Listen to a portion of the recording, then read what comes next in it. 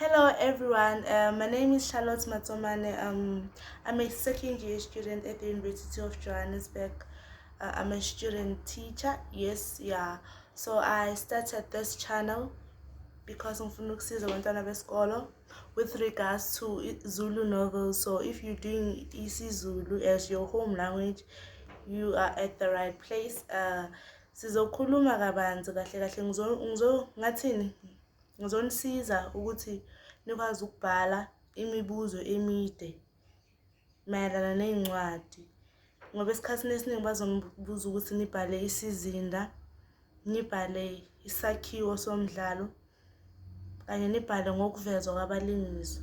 Manje namuhla sizokhuluma ngesizinda sencwadi Inkinsela yaseMgungundlovu. Masikhuluma ngesizinda sikhuluma indawo umdlalo owenzeka kuyona, kungaba indawo yasemakhaya kube indawo yasemadolobheni. Sikhulume isikhathi umdlalo owenzeka kusona, kungaba isikhathi samanje noma kube isikhathi samandulo. Sikhulume futhi ngesimo senhlalo. Isimo senhlalo sibheka indlela abalingiswa abahlalisene ngayo, indlela abalingiswa abaphila ngayo, kungaba abalingiswa abantulayo noma kube abalingiswa abadla izambane likaphondo. Isimo senhlalo leso.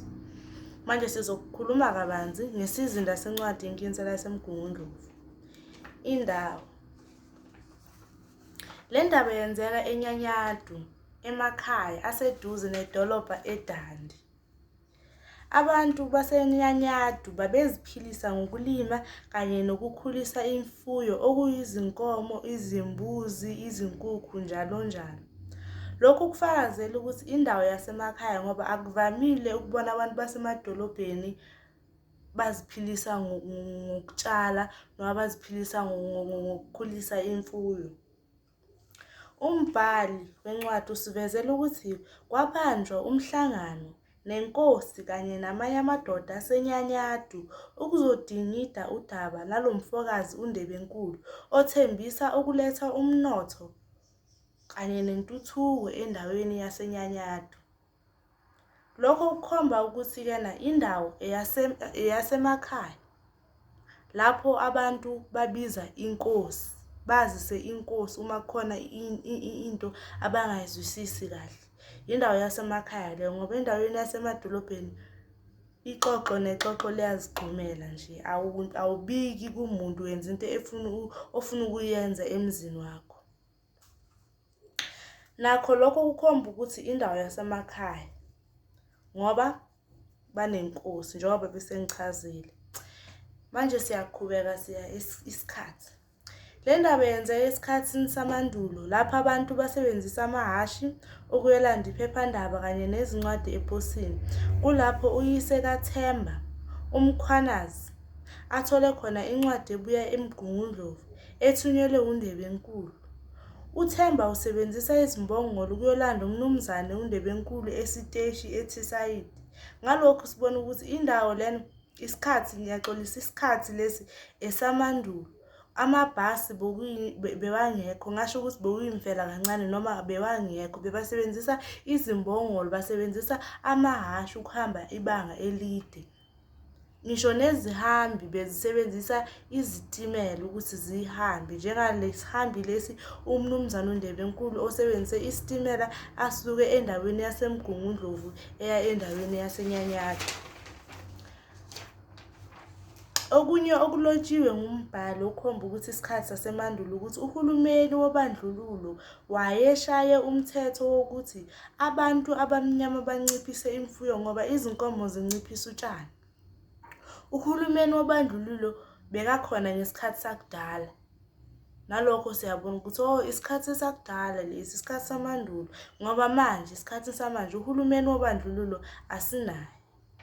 Siqhubekele phambili kwisimo senhlalo. Impilo yayihamba kahle eNyanyadu, kuhle kwesiziba esicebile, kwaqambukela itshe kusona, amanzi aqala ukunyakaza.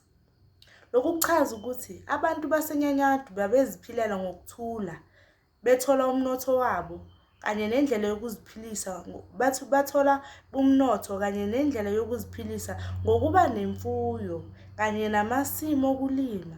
Kwase kuxambukela inkinsela yasemgungundlovu uNdebenkulu loyo, yize bebenakho ukuswela okuthize, isibonelo sokuthi bebeswela kancane. uMaNtuli wayengenawo amashidi, ubelala phezu kwezikhwama zikaFlawa, kodwa izimpilo zabo bezijwayele. Kanti futhi indodana kaMkhwanazi uThemba eyayifunda ekholishi yayithembisa ukuthi izosiguqula isimo sasekhaya, isimo senhlalo, indlela abahleli ngayo futhi naleyo. Omunye ngabona kufanele ukuthi athi abantu basemaphandleni eNyanyado kwakungabantu abantulayo, abayilangazelelayo intuthuko kanye nomnotho, ingakho bathatheka kalula ukuthi banikeze uNdebenkulu izinkomo zabo eziyi10 bethembe ukuthi bazothola isamba semali, kanti cha, badlala ngegeja kuziliwe. uNdebenkulu lona isigebengu esiqavile. Sengichazile-ke isizinda sencwadi inkinsela yasemgungundlovu. Makukhona incwadi ongathanda ukuthi ngiyenze noma mawunemibuzo, just comment wena nje lana and then mina ngizobuyela kuwena. And then please like and subscribe to this channel so that ngizobona ukuthi what I'm doing is insightful and what I'm doing is helpful. Nami ngizokhuthazeka mangibona abantu ba comment and ba like. Thank you.